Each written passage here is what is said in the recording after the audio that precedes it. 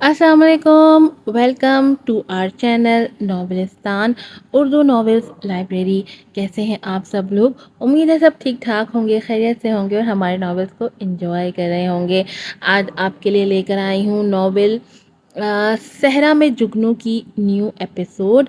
یہ ناول لکھا ہے رائٹر فبیہا شاہ نے، ایک نئی رائٹر ہیں اور میں امید کروں گی کہ آپ ان کو بہت زیادہ سپورٹ کریں گے۔ بہت اچھی رائٹر ہیں اور ناول بھی بہت اچھا انہوں نے لکھا ہے۔ تو بڑھتے ہیں ہم اپنی ایپیسوڈ کی طرف اور دیکھتے ہیں کہ آج ناول میں کیا ہو رہا ہے، لیکن اس سے پہلے جلدی سے جا کر چینل کو سبسکرائب کر دیں، ویڈیو کو لائک کیجیے گا، شیئر کیجیے گا اور ڈھیر سارے ریویوز بھی دیجیے گا۔ آپ لوگ ریویوز نہیں دیتے، ریویوز کیوں نہیں دیتے؟ ریویوز دیا کیجیے۔ ناول کا نام ہے صحرا میں جگنو، رائٹر ہے اس کی فبیہا شاہ اور قسط نمبر ہے اس کی 2۔ شہلا اور حمیرہ دونوں بچپن کی گہری سہیلیاں تھیں۔ دونوں کے گھر بھی قریب ہی تھے۔ اسکول کے بعد کالج کا سفر شروع ہوا، تب بھی یہ دوستی برقرار رہی۔ دونوں ایک دوسرے کا ساتھ اتنی خوش اور اتنی مگن رہتی تھی کہ کبھی کوئی اور سہیلی بنانے کی ضرورت محسوس ہی نہ ہوئی۔ جہاں حمیرہ گندمی رنگت، پتلے پتلے نقوش، بھوری آنکھوں اور بھورے بالوں کی حامل ایک جاذب نظر پرکشش لڑکی تھی، وہیں شہلا سرخ و سفید گلابی مائل رنگت، گہری سیاہ بڑی بڑی آنکھوں، سیاہ گھنے بالوں اور دلکش سراپے کی مالک ایک بے حد خوبصورت دوشیزہ اور ماں باپ کی اکلوتی اولاد تھی، جبکہ حمیرہ کی ایک بہن اور ایک بھائی اور بھی تھے۔ وقت اسی طرح گزرتا جا رہا تھا۔ گزرتے وقت کے ساتھ دونوں کی دوستی مزید گہری ہوتی جا رہی تھی کہ ایف اے کرنے کے بعد آنن فانن حمیرہ کی شادی طے ہو گئی۔ جہاں شیلا عزیز جان سہیلی کی شادی پر خوش تھی، وہیں برسوں پرانا ساتھ چھوٹنے پر دل گرفتہ بھی تھی۔ آج کل شیلا کا زیادہ تر وقت حمیرہ کے گھر پر گزرتا، جہاں وہ ان کی والدہ اور بہن کے ساتھ شادی کی تیاریوں میں مگن رہتی۔ تو کبھی دونوں گلے مل کر خوب آنسو بہاتی۔ بہرحال وہ وقت بھی آن پہنچا جب ایک سلونی شام کو حمیرہ انور صاحب کے ساتھ رخصت ہو گئیں، جو ایک پڑھے لکھے سلجھے ہوئے معقول شکل و صورت کے انسان اور پیشے کے لحاظ سے ٹھیکیدار تھے۔ حمیرہ کی شادی کے بعد شہلا سارا دن بولائی پھرتی، کالج میں بھی بہت مشکل سے وقت کٹتا۔ شروع میں تو حمیرہ سے روز ہی فون پر بات ہوتی، لیکن آہستہ آہستہ کئی دنوں کا وقفہ آنے لگا۔ مہینے ڈیڑھ مہینے میں جب کبھی وہ فرصت سے میکے آتی تو دونوں کی ملاقات بھی ہو جاتی۔ خیر اسی طرح 2 سال کا عرصہ گزرا اور بی اے کے امتحانات سے فارغ ہوتے ہی شہلا کے بھی ہاتھ پیلے ہو گئے۔ وہ اپنے پھپھیزاد کزن اقبال عباسی سے بیاہ کر شادی کے 2 مہینے بعد ہی سعودی عرب چلی گئی۔ حمیرہ، جو اب 1 سال کے پیارے سے بیٹے تابش کی والدہ تھی، نے شہلا کی شادی میں بھرپور شرکت کی۔ شروع میں کچھ عرصے دونوں کے درمیان باقاعدگی سے خط و کتابت ہوئی، لیکن پھر بعد میں بچوں اور دیگر مصروفیات میں الجھ کر یہ سلسلہ بند ہو گیا۔ کافی سال بعد حمیرہ صاحبہ کے رہائش تبدیل کر لینے اور ان کے والدین کا آبائی گھر فروخت ہو جانے کی وجہ سے شہلا صاحبہ کوشش کے باوجود رابطہ نہ قائم کر سکیں۔ گزرتے وقت میں اللہ تعالیٰ نے حمیرہ اور انور صاحب کو 3 اولادوں سے نوازا۔ سب سے بڑا بیٹا تابش، اس سے چھوٹی حفصہ اور پھر مریم۔ شہلا اور اقبال صاحب کے بھی 3 ہی بچے تھے، بڑی بیٹی الوینا، پھر ارسل اور ارسل سے 7 سال چھوٹی عبیرہ۔ تابش بہت ہی ہونہار اور قابل لڑکا تھا۔ این ای ڈی یونیورسٹی سے سول انجینئرنگ کی ڈگری حاصل کر کے آج کل وہ اپنے والد کے ٹھیکیداری کے کام کو کنسٹرکشن کمپنی کی شکل دینے میں مصروف تھا۔ ابھی وہ جدوجہد کے مراحل ہی طے کر رہا تھا جب سیدھی سادی چلتی زندگی تلاطم کا شکار ہوئی اور اچانک ہارٹ اٹیک کے نتیجے میں انور صاحب اپنے خالق حقیقی سے جا ملے۔ حمیرہ صاحبہ کی تو دنیا ہی اندھیر ہو گئی۔ انہیں کتنے دن تک تو یقین ہی نہ آیا کہ اتنا چاہنے والا شوہر اب دنیا میں نہیں رہا، وہیں دوست جیسے باپ کو کھو کر تابش بالکل ہی گمسم ہو گیا۔ رشتہ دار وقت پر آئے پھر یوں دور ہوئے جیسے ان سے کبھی ملاقات ہی نہ رہی ہو۔ وقت یوں ہی آگے بڑھتا گیا۔ تابش، جو اب ماں بہنوں کا واحد سہارا تھا، انہیں ایک آسودہ زندگی دینے کے لیے جان توڑ کوششیں کرنے لگا۔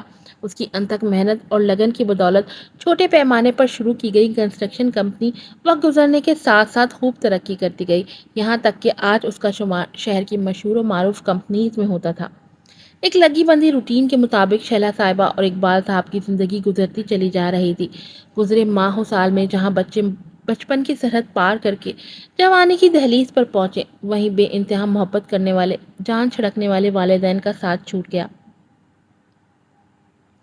اب پاکستان میں فقط ان کا چھوٹا بھائی افضال ہی مقیم تھا، جو زبردست عشق معاشقہ لڑا کر ماں باپ کی شدید مخالفت کے باوجود ایک بے حد حسین لیکن تیز ترار نیم خواندہ لڑکی سے شادی کر چکا تھا۔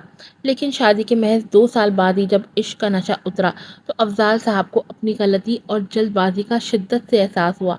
ریشمہ بیگم کے رنگ ڈھنگ دیکھ کر ماں باپ کی باتیں یاد آتی تو پچھتاوا مزید بڑھ جاتا، لیکن افسوس اب کچھ نہیں ہو سکتا تھا کہ اب ایک ننھی سی جان ان کی بیٹی بھی جنم لے چکی تھی۔ اس لیے صبر شکر کر کے ریشمہ بیگم کے ساتھ ہی زندگی کے دن گزارنے لگے، لیکن گھر میں آئے روز کے لڑائی جھگڑوں سے دن بدن چڑچڑے اور بدمزاج ہوتے جا رہے تھے۔ بھرپور محنت کرنے کے بعد بھی جو آمدن ہوتی وہ ان کی گزر بسر کے لیے ناکافی رہتی کہ ریشمہ بیگم کو اچھا کھانے اور اچھا پہننے اوڑھنے کے حد سے زیادہ شوق تھا۔ وہ اپنی چادر دیکھ کر پاؤں پھیلانے کے بجائے دوسروں سے مقابلہ بازی پر عمل پیرا تھیں۔ ان کی مخدوش مالی حالت دیکھ کر اقبال صاحب نے کئی مرتبہ انہیں باہر بلانے کی کوشش کی، لیکن ریشمہ بیگم کی شدید خواہش کے باوجود وہ سختی سے انکار کر گئے۔ وہ ہرگز بھی بے انتہا حسین و جمیل جوان بیوی کو تنہا چھوڑ کر پردیس جانے پر آمادہ نہ تھے کہ گزرے برسوں میں بیوی کی خصلت سے اچھی طرح واقف ہو چکے تھے۔ ایسا نہ تھا کہ ریشمہ بیگم بد کردار تھیں، بس وہ اپنا حسن اور ادائیں دکھا کر دوسرے کو چاروں خانے چت کر کے مزہ لینے والوں میں سے تھیں۔ بہت سی ایسی باتیں جن کا کوئی شریف عورت تصور بھی نہیں کر سکتی، وہ بہت آسانی سے انجام دے جاتی تھیں۔ اقبال صاحب جو چھوٹے بھائی کی وقتاً فوقتاً مقدور بھر مالی مدد کرتے رہتے تھے، اس کے علاوہ آبائی گھر میں اپنے حصے سے دستبردار ہو کر وہ گھر بھائی کے نام کر گئے۔ زندگی کے ماہ و سال اسی طرح گزر رہے تھے جب الوینا کے کالج میں داخلے کا مرحلہ آیا۔ سعودی عرب میں مزید تعلیم کا سلسلہ جاری رکھنا ممکن نہ تھا تو اقبال صاحب نے شہلا صاحبہ اور تینوں بچوں کو پاکستان بھیج دیا اور خود وہیں پر مقیم رہ کر اپنی ملازمت جاری رکھی۔ شہلا صاحبہ نے پاکستان آ کر الوینا کا BSc میں ایڈمیشن کروا دیا۔ ارسل ابھی میٹرک میں تھا کہ انہی دنوں فیکٹری میں پیش آنے والے ایک حادثے کا شکار ہو کر افضال صاحب بری طرح زخمی ہو گئے۔ بر وقت ہسپتال پہنچ جانے کی وجہ سے ان کی جان تو بچ گئی، لیکن حادثے کے نتیجے میں زخمی ہونے والی دائیں ٹانگ سے محروم ہونا پڑا۔ اقبال صاحب کے گھرانے پر تو جیسے قیامت ٹوٹ پڑی۔ انہوں نے نہ صرف معذور بھائی کے علاج کی ذمہ داری نبھائی بلکہ بھاوج اور بھتیجی کو بھی اپنی سرپرستی میں لے لیا۔ ریشمہ بیگم سے تمام تر ناگواری کے باوجود شہلا صاحبہ نے بھی اس پر کوئی اعتراض نہ کیا اور افضال صاحب جن کی طبیعت اب آئے دن خراب رہتی تھی، ان کا باقاعدہ علاج کرانے کے علاوہ ہر مہینے ایک معقول رقم اخراجات کے لیے ان کے اکاؤنٹ میں ٹرانسفر کروانے لگیں، جس کے علاوہ بھی وہ آئے دن ان سے کچھ نہ کچھ رقم بٹورتی رہتی تھیں۔ زندگی کی گاڑی مختلف نشیب و فراز سے گزرتی اپنی منزل کی جانب رواں دوا تھی۔ وہ بھی ایک عام سا دن تھا، گرمیوں کی آمد تھی۔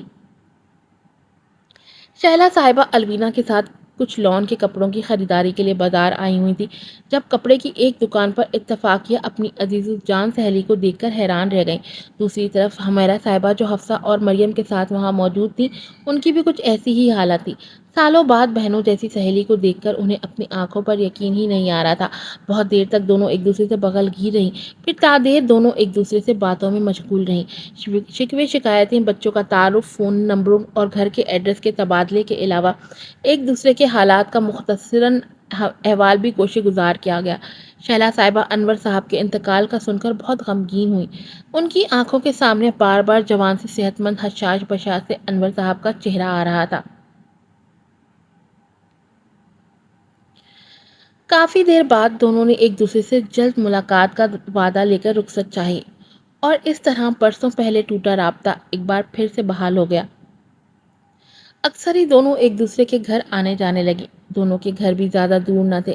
آنے والے دنوں میں جہاں حفصہ اور الوینا کی خوب دوستی ہو چکی تھی، جو ہم عمر ہی تھیں، وہیں تابش اور ارسل میں بھی عمروں میں 4-5 سال کا فرق ہونے کے باوجود اچھی ذہنی ہم آہنگی قائم ہو گئی تھی۔ ارسل تابش کو اپنا آئیڈیل مانتا تھا۔ اسے سنجیدہ مزاج، بردبار سے مزاج سا تابش بہت اچھا لگتا۔ وہ تابش کی بے حد عزت کرتا تھا۔ اپنی زندگی کے ہر معاملے میں، چاہے وہ یونیورسٹی کے انتخاب کا معاملہ ہو یا مضامین کے انتخاب کا، وہ اس سے مشورہ ضرور کرتا۔ زندگی کے کچھ اور سال آگے بڑھے۔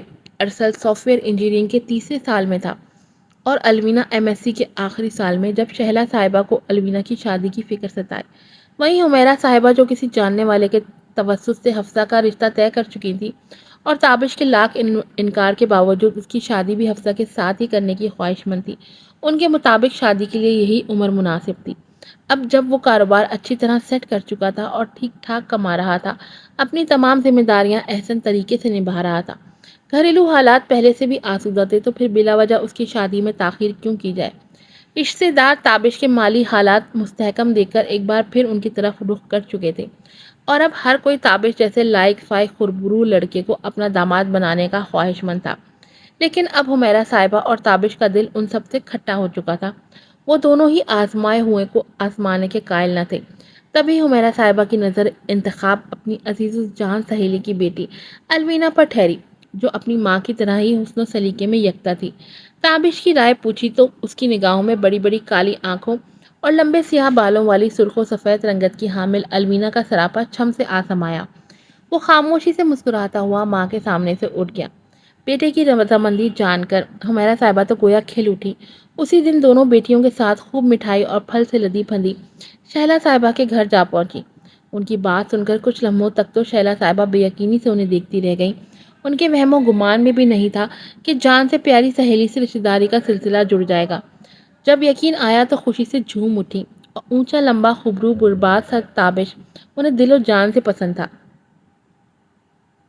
بس پھر کیا تھا، اقبال صاحب اور الوینہ کی رضامندی سے اگلے 2 دن بعد ہی اہل خانہ کی موجودگی میں دونوں کی منگنی کی رسم ادا کر دی گئی۔ شادی چند ماہ بعد الوینہ کی پڑھائی مکمل ہونے کے بعد حفصہ کے ساتھ ہی ہونا طے پائی۔ فیملی کے بغیر اکیلے میں اقبال صاحب کا وہاں دل نہ لگتا تھا، طبیعت بھی اوپر نیچے رہنے لگی تھی، اس لیے جب الوینہ کی شادی میں آئے تو ملازمت سے استعفیٰ دے آئے۔ ساری زندگی انہوں نے خوب کمایا تھا، جسے شہلا صاحبہ نے اپنی کفایہ شعاری سے خوب جمع کیا تھا، اس لیے کوئی مالی تنگ دستی نہ تھی۔ جو جمع جتھا تھا اس سے آتے ہی مین مارکیٹ میں 4 دکانیں خرید لی۔ انہی دکانوں میں سے ایک اسپیئر پارٹ کی دکان خود کر لی، باقی 3 کرائے پر چڑھا دی۔ دکان کی آمدنی اور تینوں دکانوں کا کرایہ ان کے اور ان کے بھائی کے گھرانے کے اخراجات کے لیے کافی تھا۔ باقی رقم ارسل اور عبیرہ کی تعلیم اور شادیوں کے لیے بینک میں محفوظ کروا دی۔ الوینہ کو دینے کے بعد بھی شہلا صاحبہ کے پاس اچھا خاصا زیور موجود تھا، جو دونوں بچوں کے کام آ جاتا۔ 240 گز رقبے کا بنا بنایا گھر تو کئی سال پہلے ہی گلشن اقبال کے علاقے میں خرید چکے تھے، اس لیے کوئی فکر پریشانی نہ تھی۔ زندگی بڑی سبک روی سے گزر رہی تھی۔ بیٹی مناسب عمر میں اچھے گھرانے میں بیاہی جا چکی تھی۔ لائق فائق بیٹا خوب کامیابی سے اپنے تعلیمی مدارج طے کر رہا تھا۔ اس کا مستقبل خوب روشن تابناک تھا۔ الغرض راوی چین ہی چین لکھ رہا تھا، لیکن ہونی کو کون ٹال سکتا ہے؟ اقبال صاحب کو ابھی واپس آئے 1 سال ہی ہوا تھا۔ ارسل کا یونیورسٹی کا آخری سال تھا، جب بار بار طبیعت خراب ہونے پر ٹیسٹ کروائے تو یہ روح فرسا خبر ملی کہ اقبال صاحب کے گردے 75% ناکارہ ہو چکے ہیں۔ بس پر پھر کیا تھا، برسوں کا کمایا بچایا پیسہ پانی کی طرح ان کے علاج معالجے پر خرچ ہونے لگا۔ 2 سال کے قلیل عرصے میں نہ صرف بینک میں موجود رقم کا ایک بڑا حصہ ختم ہو گیا، بلکہ 4 دکانوں میں سے ایک دکان بھی بک چکی تھی۔ وہ گھر جہاں ہر وقت خوشیاں رقصاں رہتی تھی، کہہ گونجتے تھے، اب وہاں ہمہ وقت ایک سوگواری اور یاسیت تیاری رہتی۔ وہیں ان 2 ڈھائی سالوں میں 2 خوشیاں بھی شہلا صاحبہ کے گھرانے کو نصیب ہوئیں، ایک الوینہ کے گھر بیٹی کی پیدائش کی خوشی، اور دوسری ارسل کا امریکہ کی مایہ یونیورسٹی میں اسکالرشپ پر ماسٹرز میں ایڈمیشن ہونا۔ اطلاعی گھنٹی بجنے پر اس نے ذرا سے دروازہ کھول کر دروازے کی اور سے جھانکا۔ السلام علیکم خالہ۔ سامنے شہلا صاحبہ کو کھڑا دیکھ کر انہیں سلام کر کے اندر آنے کا راستہ دیا۔ وعلیکم السلام مریم بیٹی، جیتی رہو۔ انہوں نے حسب عادت اس کی پیشانی چوم کر دعا دی اور ساتھ ہی فروٹ اور دیگر سامان کی تھیلیاں اسے پکڑائیں۔ تبھی چھوٹی سی 1.25 سالہ بچی بھاگتی ہوئی آئی اور ان کی ٹانگوں سے چمٹ گئی۔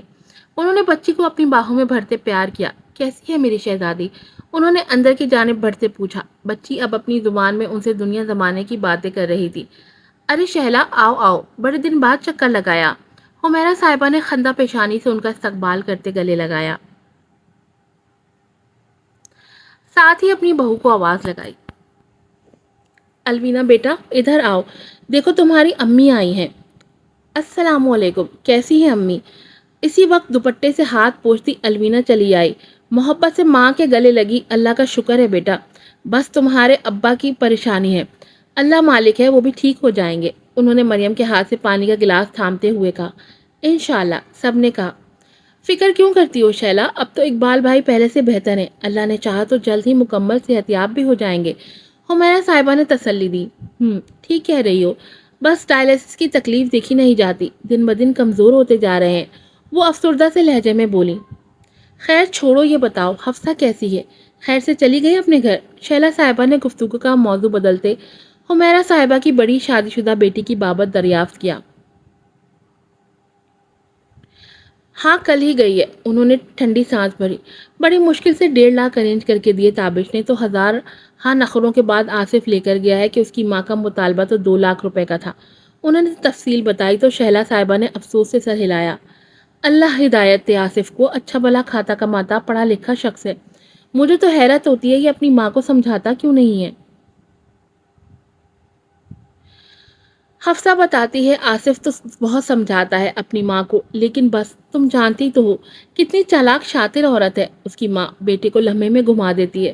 انہیں لگتا ہے کہ آصف ان کا اکلوتا بیٹا ہے، اس لیے اس کے سسرال والوں سے مطالبے کرنا بالکل جائز ہے، بلکہ ان کا حق ہے۔ یہ بھلا کیا تک ہوئی؟ اگر انہوں نے بھری جوانی میں شادی کے محض 3 سال بعد بیوہ ہو کر محنت مزدوری کر کے بیٹے کو پالا ہے، تو اب یہ ان کا حق ہو گیا کہ بہو کے میکے والوں سے رقم وصول کریں۔ شہلا صاحبہ ناگواری سے بولی۔ بس شہلا، ہماری عقل پر پتھر پڑ گئے تھے جو ان لالچی لوگوں میں اپنی پھولوں سی بچی کو پھنسا دیا۔ حمیرہ صاحبہ پر ملال لہجے میں بولی۔ ایسے نہ کہو حمیرہ، یہ تو نصیبوں کی بات ہے، پھر آصف خود تو بہت اچھا ہے، حفصہ سے اور بچے سے بہت محبت کرتا ہے۔ شہلا صاحبہ نے تسلی دی۔ کیا فائدہ ایسی محبت کا جب منٹوں میں ماں کی باتوں میں آ کر بیوی کو 2 کوڑی کا کر دیا جائے۔ ایسے کملا کر رہ گئی ہے میری حفصہ، تم دیکھو تو کہو، اب تو بچہ بھی ہو گیا، اب ہم کچھ کر بھی نہیں سکتے، ہمارے تو سمجھو بالکل ہی ہاتھ پیر بندھے ہیں۔ وہ پرملال لہجے میں بولی۔ غم کیوں کرتی ہو، اللہ کریم ہے، سب ٹھیک کر دے گا، انشاءاللہ کبھی تو آصف کی ماں کو اپنی زیادتی کا احساس ہوگا۔ شہلا صاحبہ نے انہیں بھرپور تسلی دی۔ انشاءاللہ، وہ دھیمے لہجے میں بولی۔ حمیرہ، تمہیں نہیں لگتا مریم کی منگنی بھی آصف کے خالہ زاد بھائی سے کر کے تم نے غلطی کر دی؟ آخر دونوں بہنیں ہیں، اگر شہزیب کی ماں بھی آصف کی ماں جیسی لالچی نکلی تو کیا کرو گی؟ چند منٹ بعد شہلا صاحبہ نے حمیرہ صاحبہ سے کہا۔ میری کہاں مرضی تھی، تم جانتی تو ہو نا، تابش راضی تھا محض 20 سال کی عمر میں مریم کی منگنی کرنے پر، لیکن شہزیب کی ماں نے ایسی ہماری دہلیز پکڑی، پھر کچھ حفصہ کی ساس کا بھی دباؤ تھا، لڑکا بھی اچھا پڑھا لکھا معقول لگا تو ہمیں حامی بھرنی ہی پڑی۔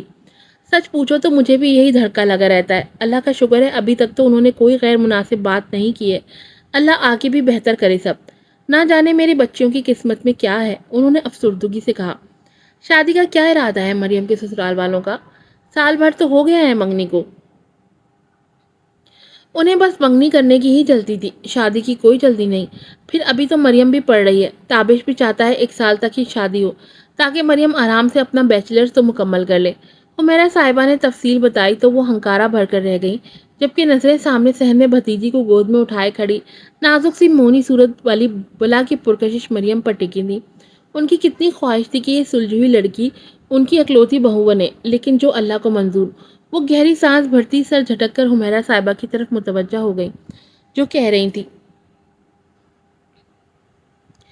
یہ سب تکلف نہ کیا کرو شیلا، تمہیں کتنی بار منع کیا ہے، یہ تمہارا سمدھیانہ ہی نہیں، تمہاری سہیلی کا گھر بھی ہے۔ حمیرہ صاحبہ نے صوفے پر ان کے ساتھ رکھے بیگز کو دیکھ کر کہا، جو مریم وہیں رکھ گئی تھی اور جن پر ان کی ابھی نظر پڑی تھی۔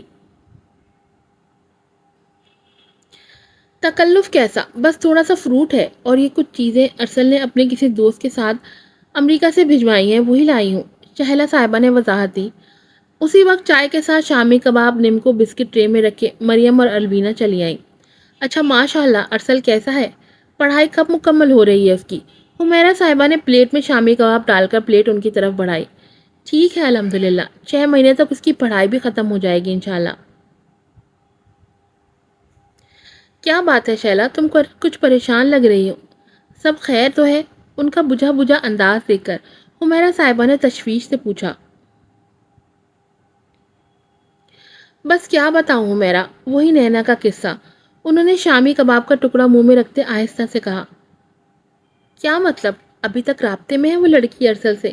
انہوں نے فکر مندی سے پوچھا۔ ایسے ویسے رابطے، وہ اور اس کی ماں ریشما تو آج کل سب سے زیادہ سکی بنی ہوئی ہے میرے بیٹے کی۔ ہر روز گھنٹوں باتیں کرتی ہیں ارسل سے دونوں ماں بیٹی، یہاں کی ساری خبریں۔ یہ تو صحیح نہیں ہے شیلا، دونوں کتنی چلتر عورتیں ہیں۔ پھانس نہ لے ارسل کو، حمیرا صاحبہ بھی تشویش سے بولی۔ جس طرح میرا بیٹا چچی اور چچی کی بیٹی کے گن گاتا ہے، مجھے تو لگتا ہے پھانس ہی لیا ہے بس۔ میرا ایک ہی ایک بیٹا، میں کیا کروں حمیرا؟ مجھے کچھ سمجھ نہیں آتا، وہ لاچاری سے بولی۔